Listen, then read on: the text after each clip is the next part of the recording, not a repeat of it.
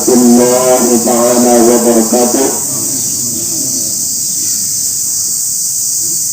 Alhamdulillah al-qail wa laqad kunta fi ghaflatin min hadha fakashafna anka ghita'aka fabasiratan yawma hadid. Wassalatu wassalamu ala sayyidina Muhammadin al-qail kafa bil mauti wa'idha wa ala alihi wa ashabihi ulus sidqi wal wafa amma ba'du. Teman-teman, para tuan guru, para ustaz yang saya muliakan, hadirin muslimin pengantar jenazah, mudah-mudahan kita semua dirahmati Allah Subhanahu wa ta'ala.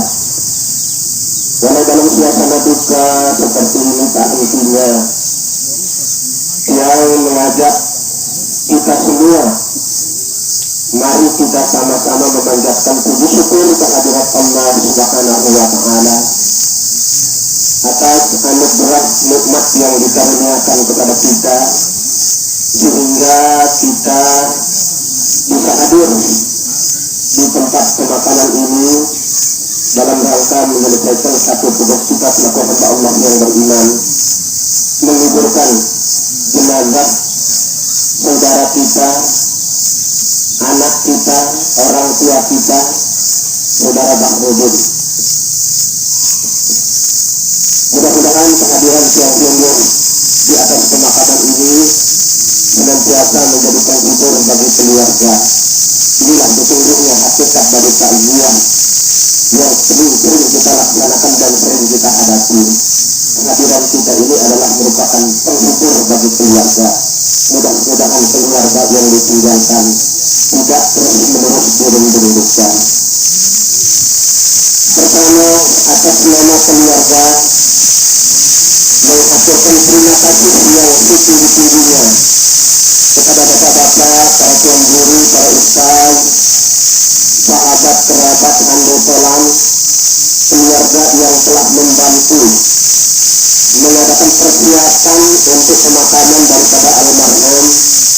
Sejak awal kita mengurusnya, memandikannya, mengkafankan, mensalatkan dan mengantarkannya ke tempat pemakaman ini. Sesungguhnya ini adalah hiburan yang luar biasa yang keluarga yakin tidak sanggup untuk membalas baik jasa baik ibu bapak kecuali hanya dengan berharap kepada Allah Subhanahu wa ta'ala. Mudah-mudahan seluruh jamaah yang telah berpartisipasi senantiasa diberikan anugerah ganjaran pahala yang besar dari sisi Allah Subhanahu wa ta'ala. Kemudian atas nama keluarga juga mengaturkan mohon maaf yang sebesar-besarnya bila dalam hal pelayanan dari keluarga tidak memuaskan, termasuk kegiatan undangan dari keluarga tidak sampai kepada sahabat kerabat secara langsung bisa bertemu. Karena pada hakikat yang kita temukan saat sekarang ini adalah begitu pesatnya teknologi sehingga hanya sekedar informasi yang kita peroleh dari lewat SMS itu bisa menghadirkan kita di tempat pemakaman ini. Dan secara kemasyarakatan, secara aturan memang kurang pas karena nilai silaturahmi sesungguhnya sudah berkurang. Biasanya kita bertemu langsung di rumahnya, ya. Tetapi begitu ada SMS hanya kita bisa baca. Termasuklah yang itu. Karena dulu almarhum Bahrudin itu termasuk barang tiang mandak, ya. Sehingga tiang dulu Bahrudin tak ini kalau ada latihan dan kalau tinggi, ya. Biasa tempat lain Bahrudin tak dukun, ya.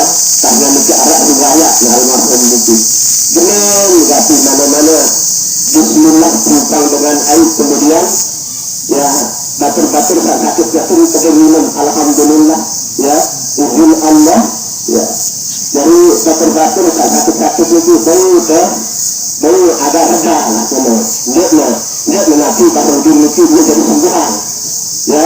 Nah dengan izin Allah Subhanahu wa Ta'ala, Allah memberikan kesembuhan kepada orang yang senantiasa menjadi perantaranya adalah saudara Bahrudin ya. Nah niki yang Bahrudin Bahrudin yang kami harapkan inna lillahi wa inna ilaihi raji'un semeton benar barang semendok lah lagi cuma dia berkelah itu ada ajaran dia mati dengan dia tajam dengan ya. Nah niki berkira lah ini alhamdulillah ternyata dan sejak dia ya menuntut ridhanya Allah ya alhamdulillah rabbil alamin ya sudah diberikan kemuliaan oleh Allah Subhanahu wa Ta'ala. Ini bagian dari kebaikan yang dilakukan oleh saudara kami Bahrudin. Kemudian atas nama layak mengaturkan dan mengucapkan kepada keluarga yang ditinggalkan oleh almarhum senantiasa mensifati semuanya dengan bersabar diri, serahkan semuanya kepada Allah Subhanahu wa Ta'ala.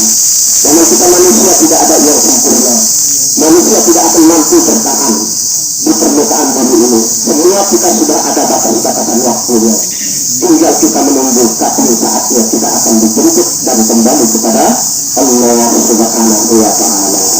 Nah, karena itu sekali lagi innama yatasabiruna ajrahum bighairi hisab. Keluarga yang ditinggalkan bersabarlah karena Allah yang memberikan ganjaran pahala yang sempurna kepada orang-orang yang menghadapi musibahnya dengan penuh kesabaran dan ikhlas serta bertawakal kepada Allah Subhanahu wa Ta'ala. Hadirin yang dirahmati Allah Subhanahu wa Ta'ala, ayat yang bacakan tadi walaqad kunta fi ghaflatin min hadza fakashafna 'anka ghita'aka fabasiratan yawma hadid, mengingatkan yang kepada sebuah peristiwa yang pernah terjadi pada baginda Rasulullah Sallallahu Alaihi Wasallam bersama para sahabat. Saat itu Rasulullah punya satu orang sahabat yang tidak pernah meninggalkan satu waktu pun di masjid kecuali dia salat berjamaah 5 waktu di masjid. Dan rumahnya sahabat itu dekat, sangat dekat. Nah dekat zaman dahulu kalau di Madinah kan memang arah kendaraan malah kirikan itu. Memang ada sepeda motor, ya. Jadi selaku berjalan kaki, nah dekatnya itu perjalanan sekitar 3 jam. 6 jam perjalanan. Ya terus, kemudian perjalanan itu dirasakan sangat dekat karena kebiasaan orang Arab itu sudah berjalan kaki kemanapun dia melangkah. Nah saat itulah sahabat ini sering kali punya keanehan. Ya, punya keunikan. Apa keunikannya? Kalau dia salat, kalau di masjid, dia meneliti ke arah sembahyang di tengah-tengah. Ya, dia meneliti sembahyang di tengah. Kakaknya, ya, mungkin keluar. Dia hanya mencari satu lokasi, satu titik. Ya, yang orang lain bisa melaksanakan sholat dengan leluasa. Nah ya untuk dilihat pojok masjid ya betul doang tahu. Nah terus sampai ditegur oleh Rasul, saya ingin bertanya kepadamu ya, kenapa sih kamu selalu memilih satu tempat itu padahal tempat kita sholat ini luas, masjid tempat kita sholat ini sangat luas, kenapa di sana aja kamu pilih? Terus terang Rasulullah, kalau saya sholat, saya tidak ingin melihat orang lain terganggu karena saya berdiri di depannya. Saya tidak ingin orang lain terganggu karena saya hendak melanjutkan perjalanan menuju saat pertama. Nah ini keunikan. Hingga saat itu tetap dilihat oleh Rasul, ketika dia salam ke kanan, maka dia pasti melihat di pojok dalam masjid itu. Nah, Zohornya, asarnya, maghribnya, isya, subuhnya itu selalu, dan itu perjalanannya terus ya sampai 3 jam dari rumahnya. Nah, ketika satu saat ini sahabat nggak sholat waktu subuh, Ya, waktu subuh nggak sahur. Bertanyalah Rasulullah, sebentar dulu, kita tunggu sahabat, jangan dulu kita sholat. Nah, akhirnya ditunggulah sambil berzikir etikat sahabat yang lain belum diiqamatkan Rasulullah. Nah, ketika itu bertanya Rasul, mana dia orang itu? Belum datang Rasulullah.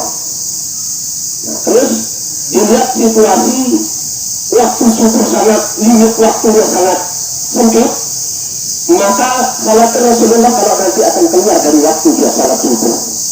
Akhirnya diperintahkan azan, mungkin saat kita salat nanti dia datang. Dia perintahkan qomat, kemudian dia qomat, langsung Rasul salat. Ya, selesai salat, makanya Rasul, mana dia sahabat itu? Belum datang ya Rasulullah. Ya, sampai selesai zikir, selesai berdoa, ditanya mana dia sahabat itu, belum datang ya Rasulullah. Nah, terus kalau begitu selesai sholat kita sekarang ini, kita akan rame-rame datang ke rumahnya untuk melihat keadaannya. Ya, kita akan lihat keadaannya.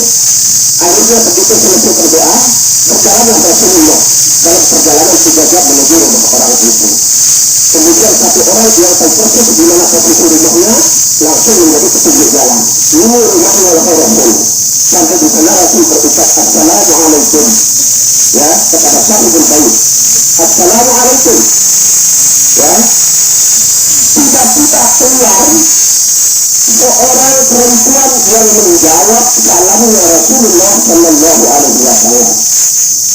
Setelah dijawab, lalu kembali Rasul bertanya, betulkah ini rumahnya sahabat, ya, yang sahabatku yang biasa sholat berjamaahku, ya berjamaah bersamaku di masjid. Ya, betul wahai Rasulullah, inilah rumahnya dan saya adalah istrinya. Saya istrinya, sambil terminal air mata. Mana dia sahabatku itu yang satu itu? Tinggal hari ini dia tidak sholat. Maaf Rasulullah, barusan sekitar 15 menit sebelum subuh itu dia meninggal dunia. Ya, 15 menit sebelum datang waktu subuh dia meninggal dunia. Itulah yang terjadi pada diri kami sekarang ini. Jadi kami merasa kehilangan, kehilangan betul, terpukul.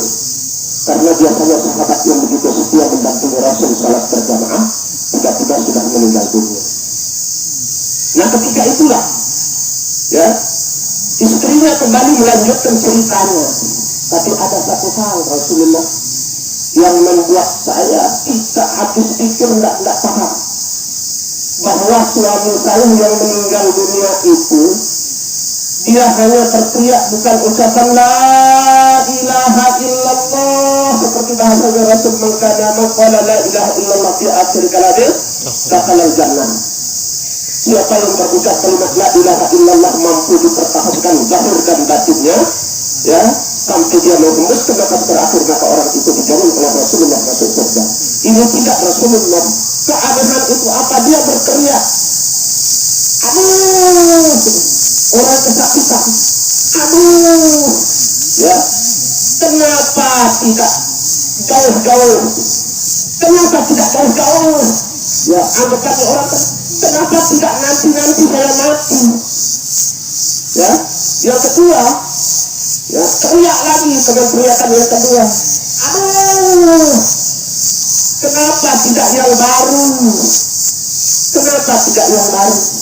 Yang teriakan yang ketiga, aduh, kenapa nggak semuanya? Bingung saya. Saat itulah Rasulullah menjawab dengan ayat yang diberikan Allah kepadanya. Walaqad kunta fi ghaflatin min hadza fakashafna anka ghita'aka fabashiratan yawma hadid. Walaqad kunta fi ghaflah, kamu semua sedang lalai. Kamu itu sedang lalai. Kashafna anka ghita'aka, saat itu kata Allah akan bukakan, ya, tutupan hijab yang mendinding penglihatan kamu. Fabashiratan yawma hadid, itu dinding itu sudah dibuka oleh Allah. Fabashiratan yawma hadid, ya, maka kami bisa melihatnya lebih tajam daripada mata pedang, lebih tajam kilatannya dari mata pedang. Itu berkata Allah Subhanahu wa Ta'ala. Terkait inilah apa maksudnya ucapan itu terkait dengan ayat laqad kunta fi ghaflatin min hadza fakashafna anka ghita'aka pada surat Al-Yawm hadis itu apa kaitannya? Yang pertama, almarhum ini luar biasa, hamba Allah yang tidak pernah menyerah. Sepanas apapun dan sedingin apapun waktunya dia akan tetap datang ke masjid untuk salat berjamaah.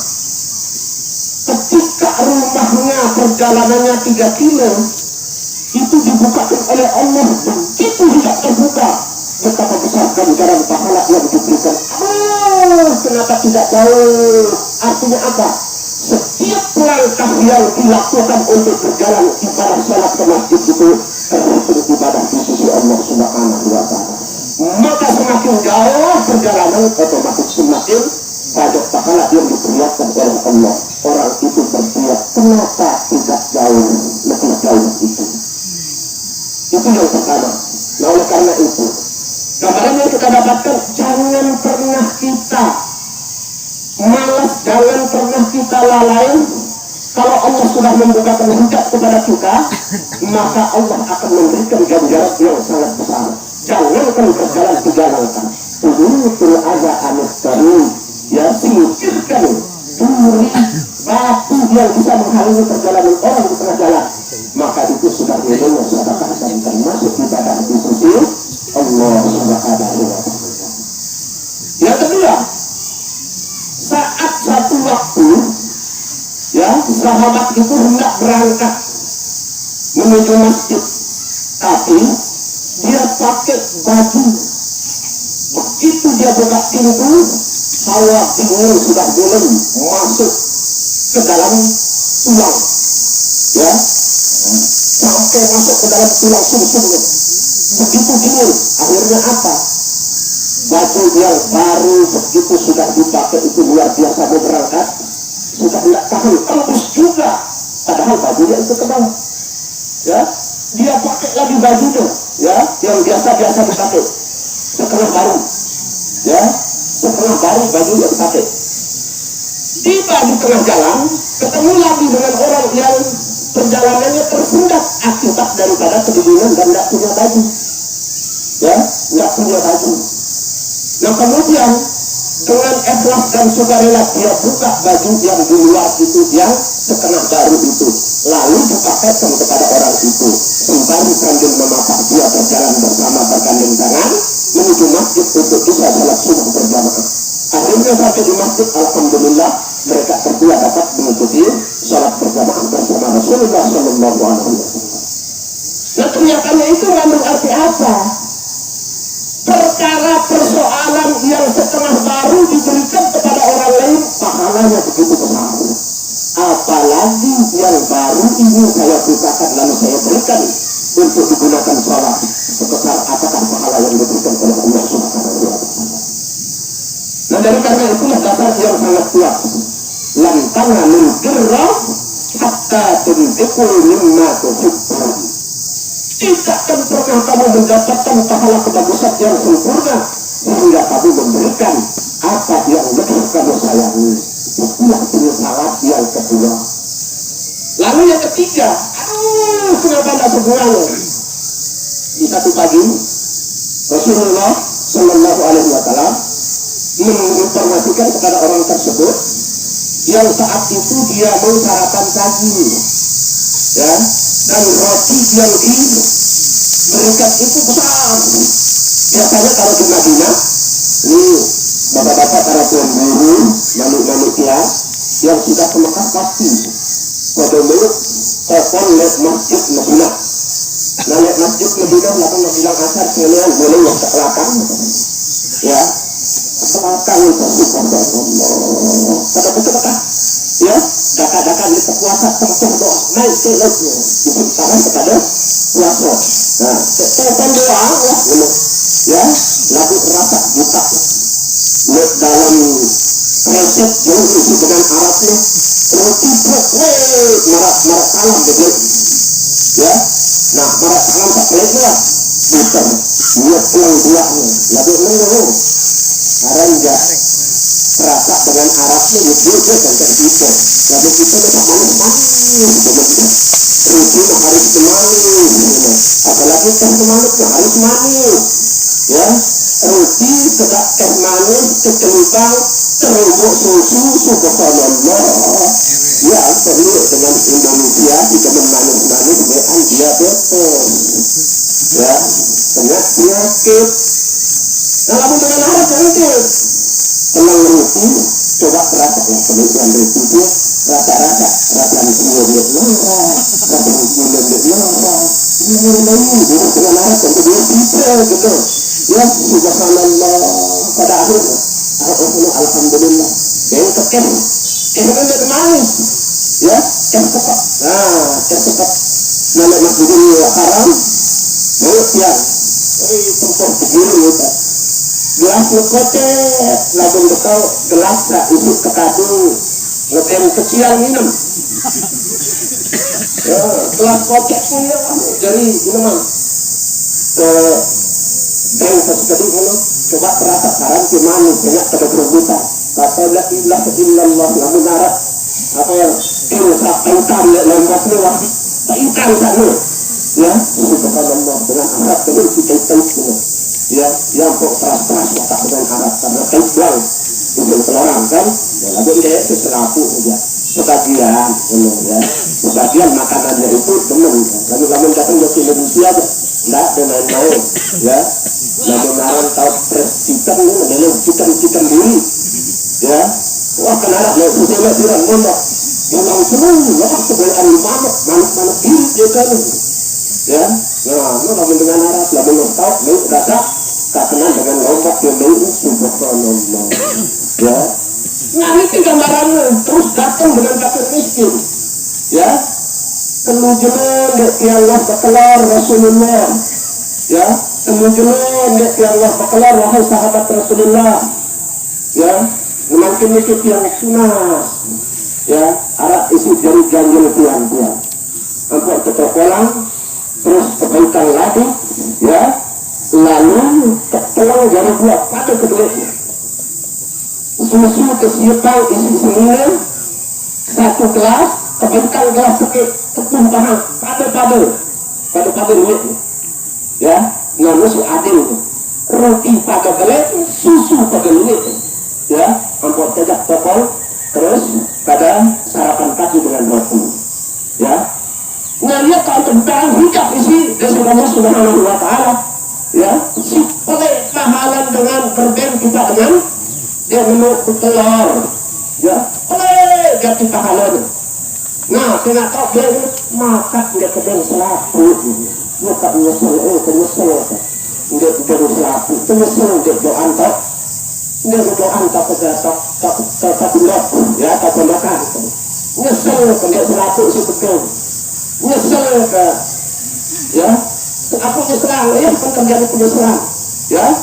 Nah, saat itulah, ya, falaula idza balagatil hulqum wa antum hina idzin tanzurun, ya. Jadi saat sakaratul maut itulah, ya. Ya, saat sakaratul maut sambil berteriak itulah datang penyesalan. La idza balagatul hulqum antum hina idzin tanzurun. Ketika roh sudah sampai ke tenggorokan, maka di sanalah kita akan diperlihatkan oleh Allah Subhanahu Wa Taala dengan diucapkan tidak Allah, ya, CCTV Allah. No pegawaian lain, no pegawaian sipil lain, pasti ya terlihat muka doang. Nah, pada akhirnya baru kita catat nyawangka, lalu suakan ke kita posisi penting, tapi hidup lemaknya surga atau neraka. Maka bahasa Rasulullah, la yakhruju ruhul mu'min hatta yara makanahu fil jannati wa la yakhruju ruhul kafir hatta yara makanahu fin nar. Dia surga roh kelema lamun dia teman kita lokasi posisi oleh surga lamun tak beriman. Dia surga roh kelema lamun dia teman kita posisi oleh neraka bagi dengan kafir tak beriman. Lalu itu jamaah berarti kita dituntut waspada. Terus berjuang menghimpun sebanyak-banyaknya kebaikan untuk kita bisa untuk kita bisa memperoleh dan mempersiapkan apa yang akan kita dapatkan setelah kita meninggal dunia. Hadirin yang dirahmati Allah Subhanahu wa taala. Mati ora betul.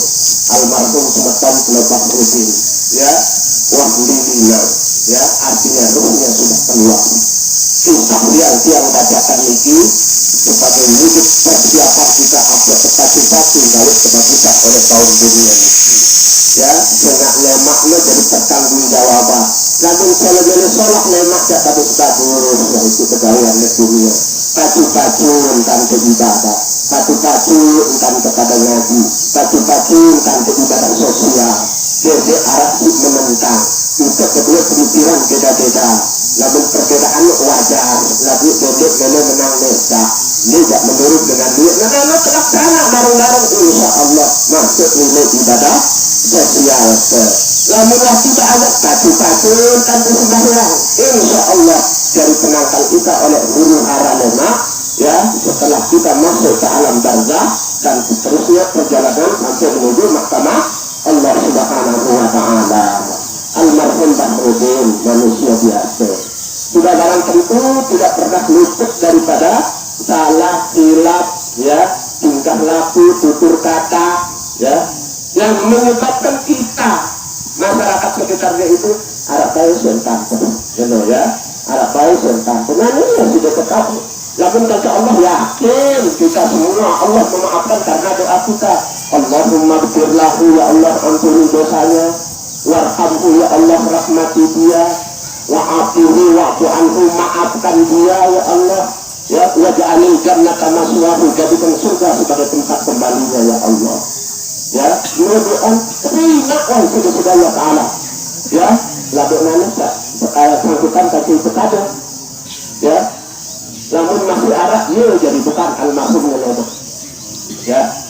Nah oleh karenanya kesempatan terakhir makin ini atas nama keluarga daripada almarhum Bahrudin, atas nama sahabat dari almarhum Bahrudin, tunasang Bahrudin niki maaf untuk melaksanakan perjalanannya demi lurus perjalanannya menuju mahkamah Allah Subhanahu wa taala. Khusus juga jemaah di arah Alexander penuh. Kemaafan ini demikian juga untuk sahabat-sahabatnya. Kali-kali kemaafan ini jazakumullah khairan katsiran, mudah-mudahan almarhum dalam perjalanannya menuju mahkamah Allah Subhanahu wa taala senantiasa diberikan kemudahan tanpa aral melintang sampai dengan selamat mahkamah Allah Subhanahu wa taala menanti. Pertanyaan malaikat maut seperti yang sudah dibacakan Tuan Guru tadi itu bisa terjawab dengan sempurna insya Allah taala. Namun ada satu hal, biasanya pun negara sempurna, ekonomi terkurang, usaha terkurang, terlebih makin itu musim corona, kecil di terlalu berusaha masih tertutup jual pada buat Bali, bahkan pemerintah lalu dianggap apa sekelor, kan banyak yang di PHK, putus hubungan kerja karena hotel-hotel tutup. Otomatis berubah segala bentuk kita sepanjang gang lihat balai-balai mungkin benar dagang doang isi untung sempang harap bang subuh lemak-lemak wah datang harap bang jam 10 wah jam 10 ya datang harap bang zuhur baris ya datang lagi harap bang asar pas dengan sembahyang bang asar pun ya datang lagi harap sampai bang maghribmu masih nggak datang lagi. Innalillahi wa inna ilaihi raji'un. Jemaah kasihan elit isi utangnya.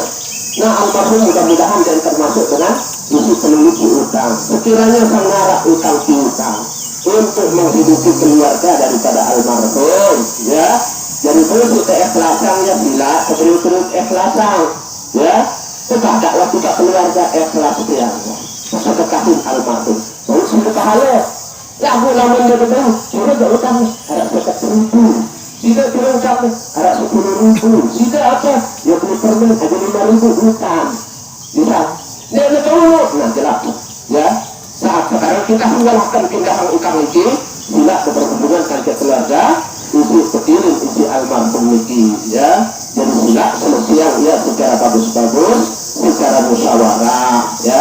Dan mudah-mudahan keikhlasan keluarga kami menyelesaikan sebuah persoalan yang terkait dengan hutang piutang niki membuat almarhum mulus dalam perjalanannya tanpa membawa beban betul menuju mahkamah Allah Subhanahu wa taala. Jemaah kaum muslimin yang dirahmati Allah. Dan terakhir ya, sebagai adat yang kita biasakan sejak nanti malam ya sampai 9 malam 2 menit. Sampai 2 malam. Perut datang di Pak Balen rumah duka niki ya, yang nanti undangan itu ya. Nah itu bahasa Dayak. Jadi yang kebiasaan bahasa Dayak, bahasa Sasak Dayak ya, mungkin yang tidak tahu itu kamu campur ya kalau karena dengan Dayak gabung saja dengan laut insya Allah bahasanya dua bahasa Dayak bahasa laut ya. Jadi lamun almarhum itu beliau kajian untuk keluarga selama 9 malam dengan memperbanyak doa ya, sedekah dengan pahala kalimat thayyibah untuk almarhum. Mudah-mudahan almarhum senantiasa diberikan keselamatan di alam barzah, sejarah kuburnya raudhah min riyadil jannah, diperluas kuburnya oleh Allah Subhanahu wa taala, diberikan kemudahan untuk menjawab soal munkar wa nakir, dan diberikan keselamatan sampai masuk ke dalam surganya Allah Subhanahu wa taala. Syu'un lillahi lahul Fatihah.